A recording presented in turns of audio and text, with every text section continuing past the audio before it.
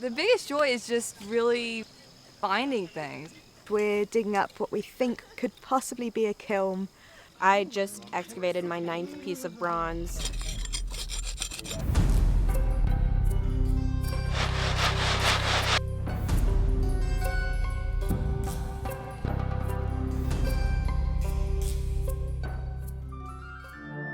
Long before our contemporary love affair with Tuscany, even before the phenomenon that was Rome, there was Etruria and the Etruscans.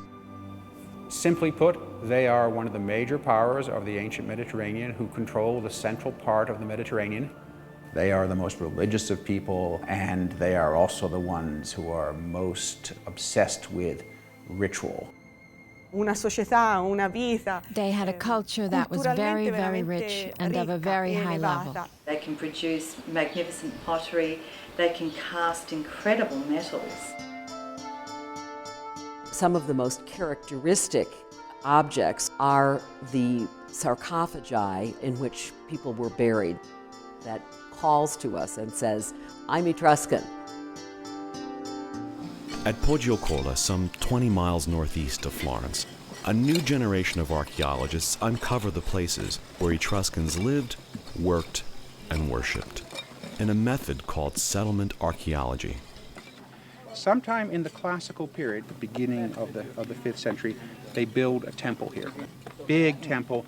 This piece of rock here, just this one, and we're interested in it because it has surfaces that have been very carefully chiseled. We found a cache of gold jewelry at Poggiocola. It tells us that a woman gave that jewelry as a gift to a divinity. Women have a very important and significant place in Etruscan society. We're finding a lot of loom weights. We got 3 in situ, 1 there, 1 here, and a 3rd one here. Sanctuaries have storerooms like this, yes, and so and that's something that right. Almost any ancient society, the economic aspect of it would have been closely associated with a possible sanctuary. The very kind of everyday objects sometimes aren't quite as glamorous as, gold jewelry or something along those lines. But they actually tell us a lot more about what the site was like.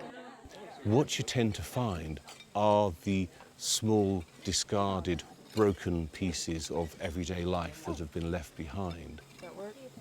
And the challenge then is to piece them together and to make sense of them. You need to take notes, you need to practice your skills of observation, thinking to yourself all the time as you're excavating, what am I finding, why is it there, how can I interpret it? You've got to go beyond objects, beyond counting, beyond data, to try to get at what a culture is about, what a people were about. We have inherited so much from the Etruscans. We are obliged not only to accept that heritage, but to communicate it to others. In the ground beneath our feet lie the keys to understanding the Etruscans and all others who came before us. Whether gold or clay, fine art or roofing tile, they are treasures worth protecting.